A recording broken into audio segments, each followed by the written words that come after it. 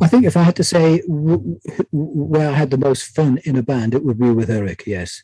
Eric disbands bands. Who's ever worked in Eric's band who's actually left his band? He has a band for a while and then he sort of moves on. Alan Clark, the man you may not recognize on stage, yet whose playing you've heard hundreds of times without even knowing it. In a band celebrated worldwide for Mark Knopfler's signature guitar work and that low, murmuring voice like a monologue in the dark. Who was the one silently shaping the emotional depth beneath it all? Who helped lift Dire Straits beyond the confines of traditional rock, turning them into a band that could stop an entire generation in its tracks? He didn't write the lyrics. He didn't step into the spotlight. He never had a hit that bore his name. But every time Telegraph Road opens with its storytelling piano intro, or Brothers in Arms echoes across a smoke-filled stadium under dazzling lights, that's Alan Clark you're hearing, even if you never knew. In a world where everyone shouts to be seen, one man chose to step back, to play his own kind of music, and let it speak for itself. This is not a story about fame or glory. It's the story of the man who kept the soul of Dire Straits alive for nearly 2 decades, without ever asking to be placed at the front. Have you ever wondered what remains when the lights go down, when the guitar solos fade, and when memory begins to hum from a single, quiet piano note? The answer lies in the life of Alan Clark. Early life. Alan Clark was born on March 5th, 1952 in County Durham, Northern England, an industrial region where the sky was gray for most of the year and the sound of train whistles drifting through the cold wind was part of the morning routine. He grew up in a typical working-class post-war family where silence was considered a virtue and music, if present at all, usually came from a small radio tucked in the corner of the kitchen. Alan's childhood wasn't marked by traumatic events or tearful losses, but it was precisely that monotony and quiet solitude that nurtured an introspective soul. He wasn't the kind of child who sought attention. In class, he spoke little, kept to himself, and often observed the world around him with a quiet intensity, like someone who thought a beat ahead of everyone else his age. Everything changed with an old Hammond organ. Not a fancy gift, but a hand-me-down from someone in the village who no longer needed it. And from the moment his fingers first touched its keys, Alan seemed to discover a new way of speaking to the world, not through words, but through melody. He had no formal training, no sheet music, no instructor, just his ears, instinct, and a rare patience for a teenage boy. Every day after school, he would sit at the organ for hours, feeling his way through chords, discovering how a piece of music could evoke sadness, joy, anger, or tenderness. All by the way, one touched a white or black key. No one in Alan Clark's family discouraged him, but no one especially encouraged him either. What he did have was perhaps the most important thing: a quiet home where he could listen to himself. In that silence, music grew, not loud, not rushed, and that boy, who would one day help shape the signature sound of Dire Straits, had already learned an enduring truth. Sometimes the deepest things come from places no one is watching. Early career. Leaving County Durham in the early 1970s, Alan Clark brought with him a Hammond organ and something most young musicians didn't have: the patience to endure anonymity for a very long time. While many of his peers rushed to London chasing the spotlight, Alan chose a slower, quieter path, one with far more twists and turns. He started from the smallest places, local bands in the north of England, where the stage was barely raised off the floor, the lighting came from ceiling bulbs, and the audience was mostly factory workers fresh off a shift. He played at working men's clubs, smoke-filled, noisy venues where an artist was only noticed if he messed up, and payment often came in cash wrapped in newspaper. It wasn't the ideal setting for someone with big artistic dreams, but Alan didn't mind. For him, every gig was a lesson: how to make people listen without demanding attention. During this period, he worked as a freelance session keyboardist, drifting between studios in Leeds, Newcastle, and occasionally London, recording for whoever would hire him. Blues guitarists, small-town pop bands, cover singers. His career was like an hourglass tipped sideways, sometimes full of promise, sometimes completely empty. But it was in those uncertain years that Alan began shaping his unique style. A keyboardist who never showed off, but always knew how to play the right note at the right time. No one asked him for a long solo. No one invited him to take center stage. But those with a sharp musical ear always noticed. There was something deeply real, cinematic, and alive in the way he played. Whether it was a lazy blues rhythm or a weeping minor jazz chord, Alan gave every piece layers, as if each melody held a hidden story waiting to unfold. That very subtlety began to put him on the radar of more prominent artists. By the late 1970s, he was participating in recording sessions with notable names in classic rock and was invited to support a few rising bands on tour. But the real turning point came when Dire Straits, after the unexpected success of their first two albums, decided they needed an official keyboardist to expand their sound for more ambitious musical journeys. Mark Knopfler's band was shifting direction, from raw rock toward longer, more cinematic, story-driven compositions like Telegraph Road and Private Investigations. They didn't need a flashy technician, they needed someone who could hear the silence. And that's when Alan Clark's name came up. No grand debut, no champagne, no million-dollar contract. Just a simple rehearsal, where his piano floated in like a wisp of smoke against the steady guitar rhythm. And from those very first notes, Mark Knopfler knew he had found someone who spoke the same language, through melody without needing words. Career success. In 1980, after the unexpected success of their first two albums, Dire Straits stood at a major crossroads. Mark Knopfler wanted to steer the band away from its original blues rock simplicity and toward a more cinematic sound. Long, layered compositions, rich in imagery and narrative, like short films set to music. To do that, he knew the band needed something it had never had before. A true keyboardist, someone who could tell stories through an instrument.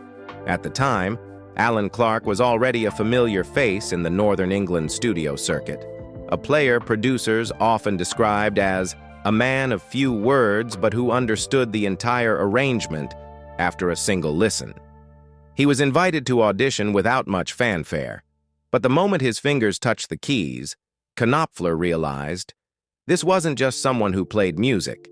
This was someone who listened to it in a way few did. And so Alan Clark officially joined Dire Straits, becoming the fifth member and the band's first full-time keyboardist. No media buzz, no grand entrance, no scandals, just the right musician at the right time. From the very first album he worked on, Love Over Gold, 1982, Alan left a powerful mark. The opening track, Telegraph Road, spanned over 14 minutes and began with a shimmering piano line, like a distant echo across the desert. It wasn't background accompaniment, it was a prologue.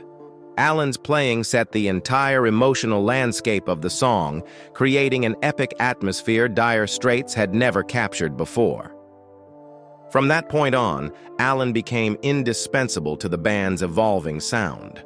Tracks like Private Investigations, It Never Rains, and Ride Across the River all bore his signature touch. Subtle, cinematic keyboards that brought depth and inner movement to Knopfler's already multi-layered songwriting. In 1985, Brothers in Arms was released, one of the best-selling albums of all time with over 30 million copies sold. Alan helped shape the album's emotional soundscape, contributing to tracks like Your Latest Trick, Why Worry, and the title song Brothers in Arms. Behind the scenes, he also began working on arrangements and production, becoming Knopfler's closest musical ally during Dire Straits' golden era.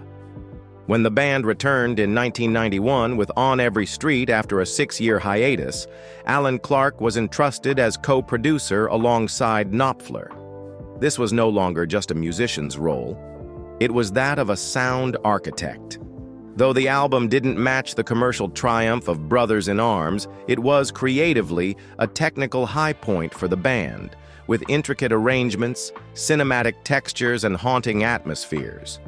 Alan Clark helped shape the brooding, layered sound of tracks like Planet of New Orleans, Fade to Black, and You and Your Friend, songs often overlooked yet rich with artistic depth. After the 1992 World Tour, Dire Straits officially disbanded, but Alan Clark, one of the longest-serving members, became a permanent part of the band's sound, even if he never stood in the spotlight. Challenges and controversies. In a world where rock musicians regularly appear in headlines for affairs, feuds, or substance abuse, Alan Clark seemed to come from another planet. No shocking statements, no creative conflicts, no messy breakups or defiant gestures.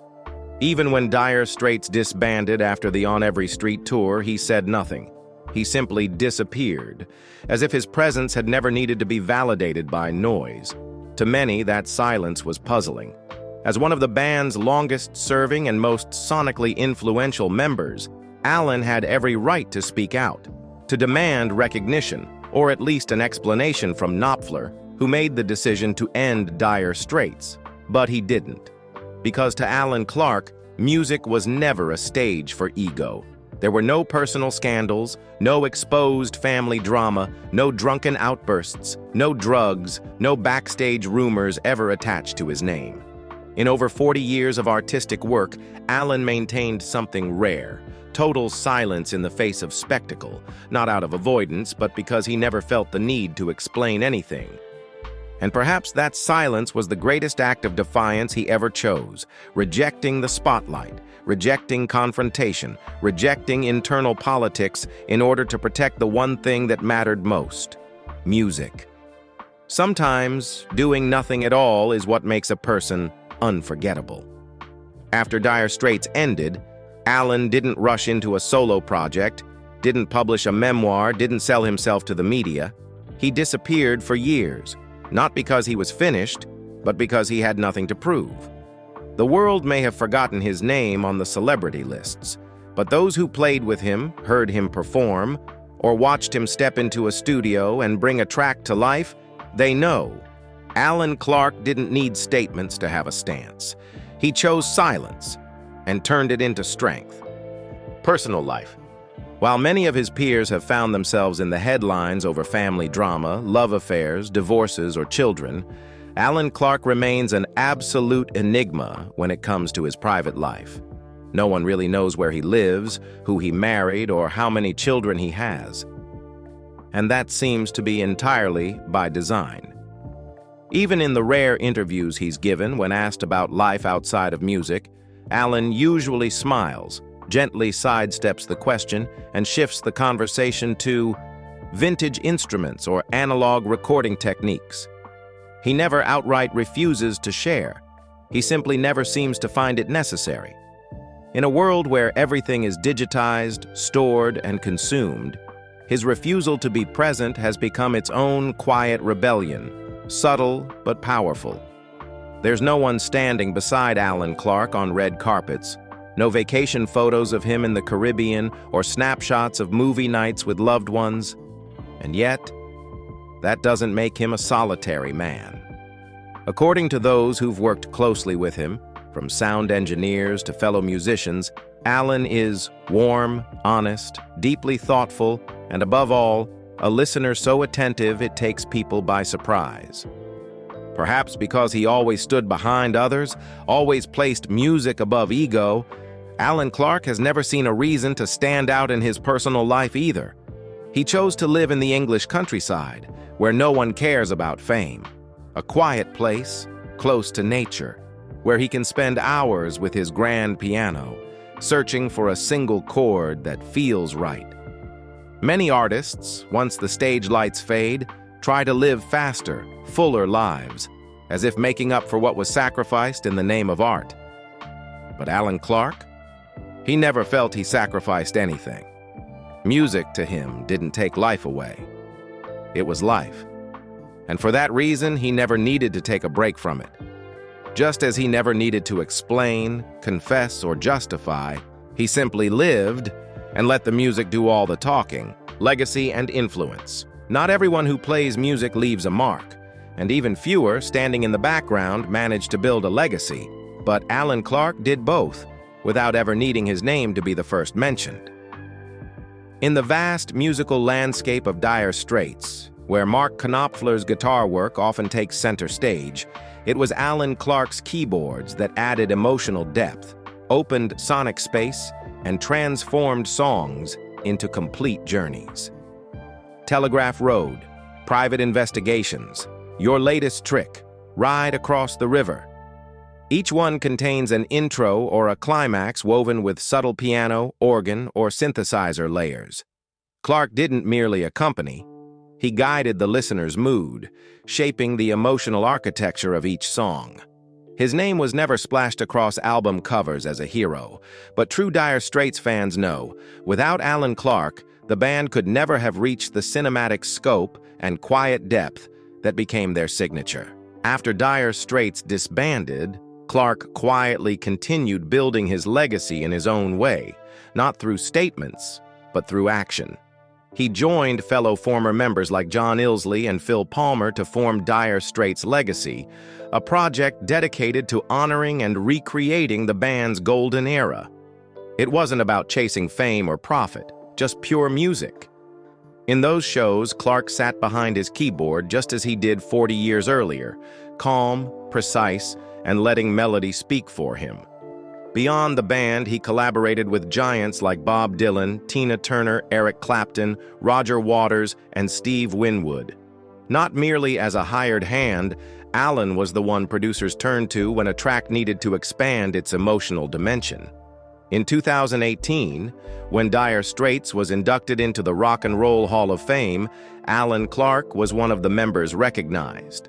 Though Mark Knopfler was absent and no performance took place, Clark's presence served as a quiet testament to his irreplaceable role. In his brief speech, he didn't talk about himself, he spoke about the music, the only thing in his eyes truly worth leaving behind. For future generations of keyboardists, Alan Clark may not have started a trend, but he set a standard, a model of musical integrity, proving that without the spotlight, without explosive solos, an artist can still leave behind echoes that last forever. Current life. In his 70s, while many of his peers have either retired or clung to the stage in an effort to recapture past glory, Alan Clark remains present, but in his own way, quietly, steadily, and without needing anyone to call his name to prove he's still here. In recent years, he has continued to perform regularly with Dire Straits' Legacy, a project that revives the original spirit and sound of the old band without slipping into commercial gimmicks or cheap nostalgia. On stage, Alan still sits behind his keyboard, mostly silent throughout the show. But when his playing emerges in Your Latest Trick or Brothers in Arms, audiences, whether old or new, can't help but feel a chill. His music has never needed to feel young again, because it never grew old.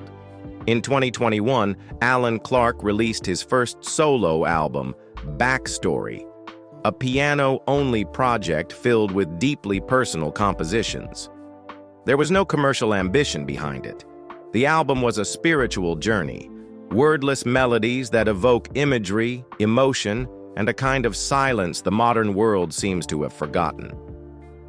During a series of limited performances in Italy and Austria, audience members described the experience as sitting in a quiet room with a musician playing just for his own soul. Outside of music, Clark has almost completely withdrawn from the media world. No noisy social media, no behind-the-scenes podcasts, no tell-all memoirs. Instead, he maintains a simple personal website where he shares tour dates, a few short blog posts, and, occasionally, replies to emails from longtime fans. Fans who know they're not writing to a legend, but to a real person, still living truthfully, still creating each day. In 2024 and 2025, He continues to tour across Europe with Dire Straits' legacy, while also appearing at classical music festivals, performing solo piano in intimate venues under soft lighting with no formulaic applause. It is the life of a true artist, untouched by market pressures or the fast consumption habits of today's world. And perhaps it's because he never chased the spotlight that he's never needed a comeback. For Alan Clark, music was never a phase. It's simply the natural state of being. As long as he can play and someone is listening, he continues to exist. No introduction needed, no titles required, just the sound of a piano still echoing. In a band renowned for Mark Knopfler's guitar and voice, Alan Clark never needed to step into the center. He sat quietly behind the keyboard, letting the music speak, not because he needed attention, but because that was how he existed. No farewell statements, no tell-all memoirs, no spotlight. Yet with the very first chord of Telegraph Road, Your Latest Trick, or Brothers in Arms, those who've listened will know. He was there from the beginning, and he never truly left. Alan Clark was never famous in the way rock culture tends to glorify. He didn't create explosive moments. He wove haunting silences, the kind of music that burrows into memory without ever having to shout. He never demanded credit, never insisted his name be mentioned every time Dire Straits came up. Because for him, the most important thing wasn't whether people knew who you were, but whether, when you stopped playing, they felt that something was missing. And the answer is yes. A melody lacking depth, a song without atmosphere, a performance missing its soul. That's why, even without ever stepping forward, Alan Clark is remembered by fans as the man who safeguarded the soul of Dire Straits, steadfast, precise, and quietly full of feeling. If you've ever fallen silent when the opening chords of Brothers in Arms played, if you believe that not everyone who matters stands in the spotlight, and if Alan Clark's quiet story moved you, leave a comment below. Which Dire Straits song makes you think of him first? Share it, because musical memory is part of legacy too. And don't forget to like, subscribe, and turn on the notification bell so you won't miss future stories about the irreplaceable quiet artists, the ones who lived and created as if they never needed applause to keep going. Thank you for listening. And thank you, Alan Clark, for always playing music in a way only you could.